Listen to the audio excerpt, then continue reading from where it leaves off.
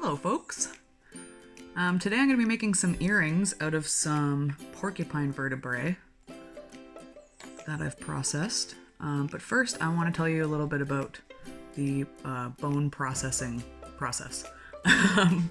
So the way that I get my bones nice and clean, first of all, you take the animal, you skin it, you get all the meat off that you possibly can. And then what I do is I usually bury it. That'll let the bugs really get at it and they can tear off all of the extra meat and soft tissue for you. Usually I will leave it in the ground for at least a year, depending on how much meat is still on it.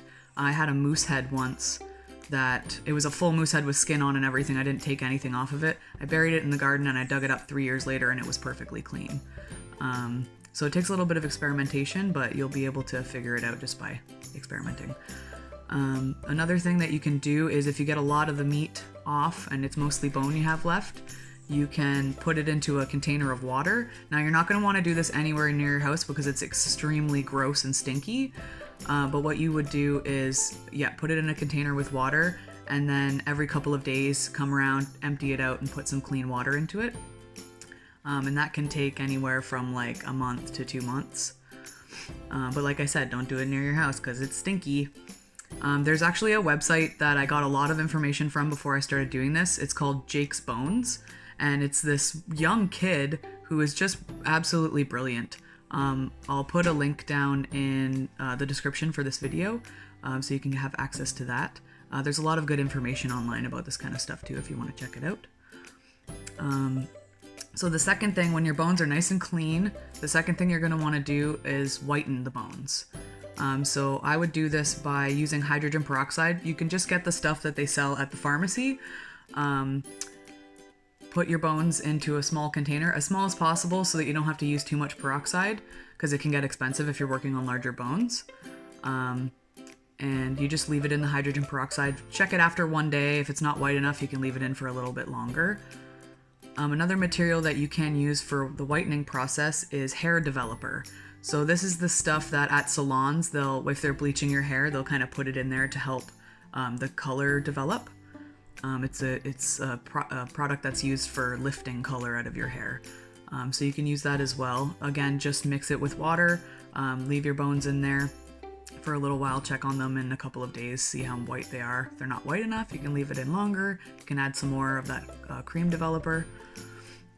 Until it's just as white as you like it. See, these aren't perfectly white, but I really like the shade that they have. They're nice and clean, they don't stink, there's no grease left in them. So that's important. So yeah, I guess now I'll just go through the materials that I have.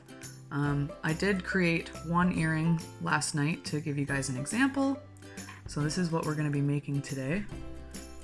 It's the porcupine vertebrae.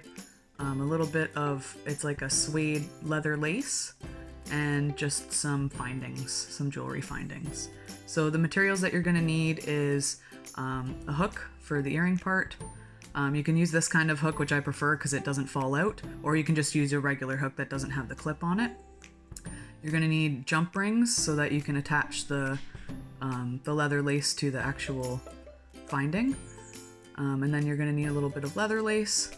As for tools, I have some jewelry making tools, so I'm kind of lucky in that regard, but a pair of needle nose pliers is a very essential thing for this. It's going to help you work with the metal as well as the leather. And I also I have flat pliers as well, which are really helpful for jewelry making, and they kind of, if you've bent your jump ring out of shape, it's really easy to get it back into shape with this. It also works as a clamp for when you're using your super glue, which is your next material. So I have some stuff from the dollar store that's actually glass and metal glue, but normally I would use E6000 if I'm working with leather, but this is stuff that I had laying around, so I'm going to use that instead. It works fine on leather as well. So yeah, I guess I'll jump right into the process. Here we go.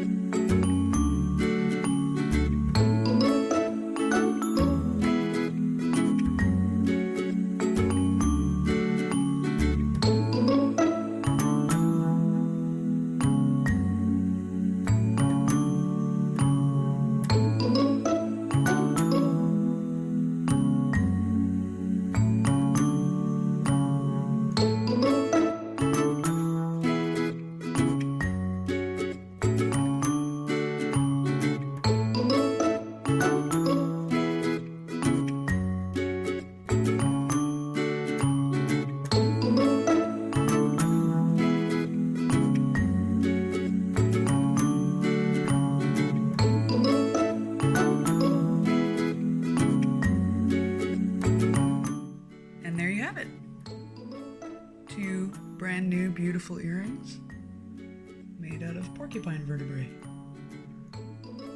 And now I just have to decide if I want to add fringe to the bottom.